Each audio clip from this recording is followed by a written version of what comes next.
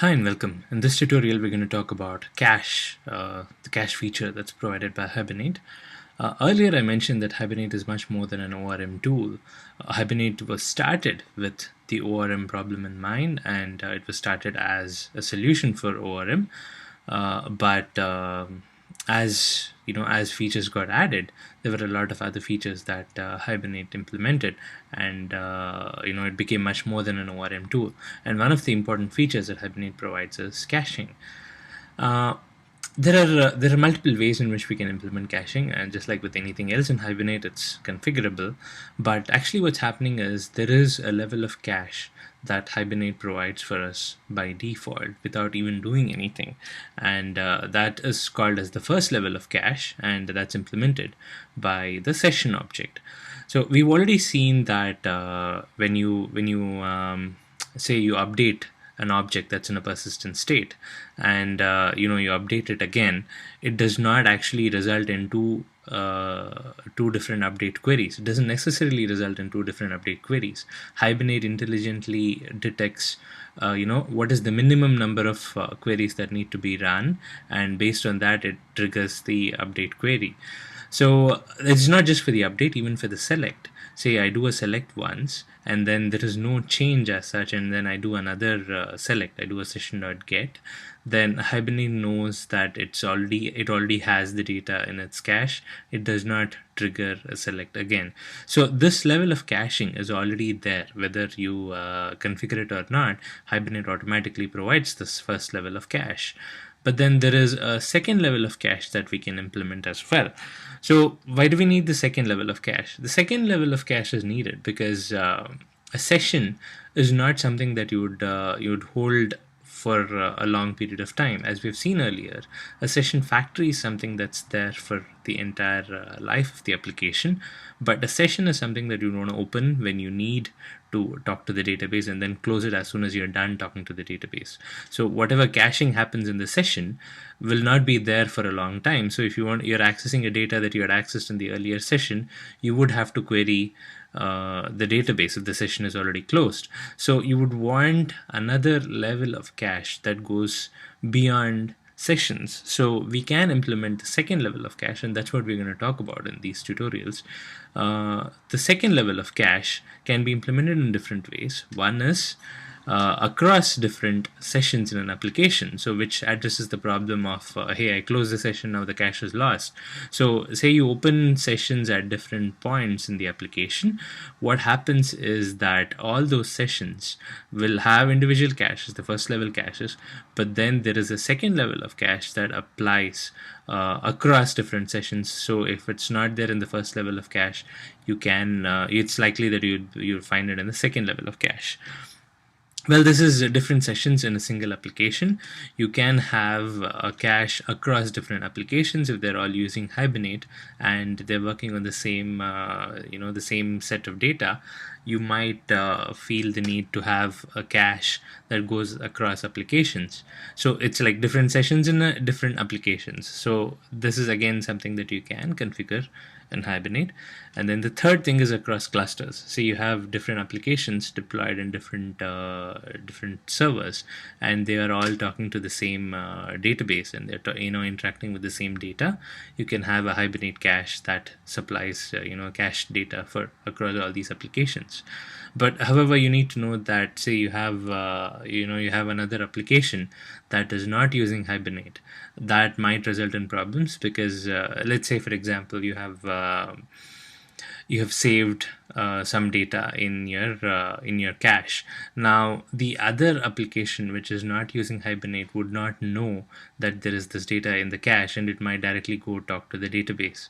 So there could be this kind of a problem where an application which is not using Hibernate is totally not aware of the cache, might still end up dirtying the data and updating the data in the database, and the cache might be invalid. So Apart from this, as far as you're configuring a single second level cache across applications, Hibernate is going to take care of it. Hibernate will know that there is an application that's written some data. Now, before a fetch happens, it automatically updates in the database so that the new fetch has the latest data. But if the fetch does not happen, Hibernate will intelligently keep it in the cache and try to minimize the trips to the database. So having said that, first let's have a look at the first level cache that we have in Hibernate. Again, I'll go back to the same main method that I've had. I'm opening a session and I'm beginning a transaction. So in this area, let me get a user object. So I'll say user details.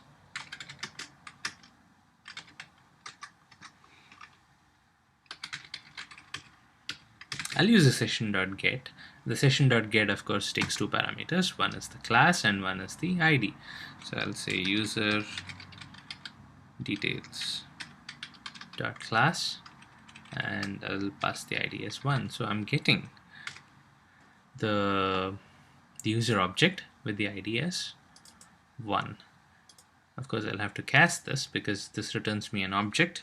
Since I know that it's a user details object, I'm casting this here. Now I have got this user object. Now if I run this, let me clear this out.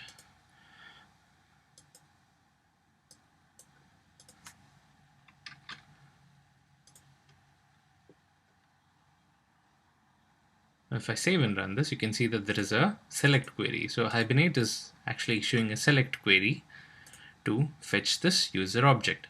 Now what happens if I assume that there's a lot of code in between, but here I will say user details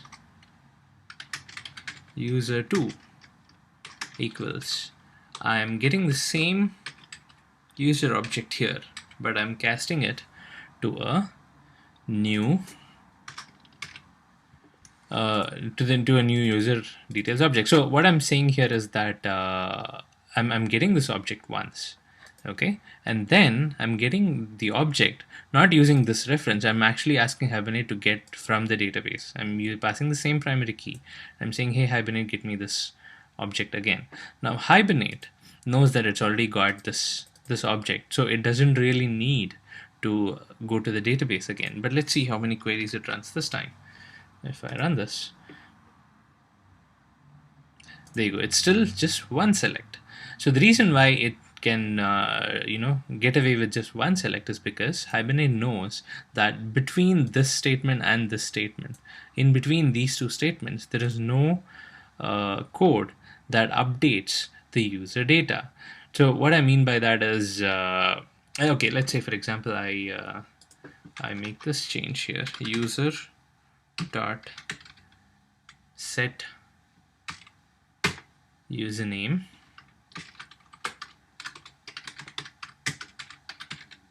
updated user. So I'm changing the user property here. Now let's see what happens. So here you can see it is doing a select and it's doing an update, but still it's not doing a select again. Now it's done an update. Now the database record has changed. Now why is it not doing a select for user 2? It has to get the updated value, right? Well, what happens is, since it's updated an object in the session, this object is already there. It's there in the cache. So again, there is no need for Hibernate to pull up this value. This user2 that Hibernate gets is actually the updated user object. So the point here is that Hibernate intelligently detects all these things. It does not go to the database unless it's actually required. So as long as you made the change in the Hibernate session, Hibernate knows that, hey, this is the object that I already have, so it does not go talk to the database.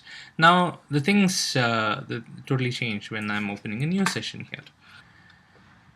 I'll use the same 2 lines of code.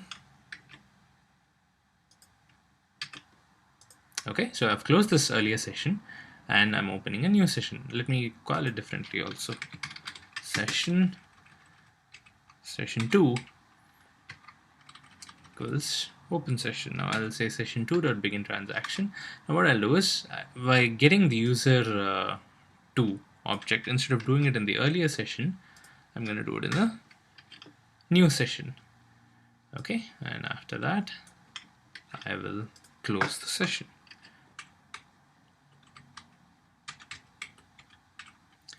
Okay, so I have session 1, which pulls up user object, and I close it, and I have a session 2 here, which again pulls up this user object.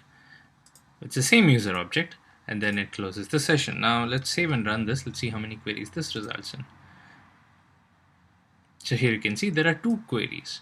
So what's happening is, since this session is closed, the cache is closed as well. So opening a new session will result in a new query. So this is the problem that we're going to address by using cache. Once we implement cache, which is the second level cache, both these sessions are going to talk to the second level cache, and once we have an object in the second level cache, the session 2 is not going to talk to the database as well. It's going to get it from the second level cache, and only when the object is not in the second level cache, it's only then that Hibernate goes and talks to the database. So this results in a lot of efficient use of resources. It's not going to talk to the database unless it's absolutely required.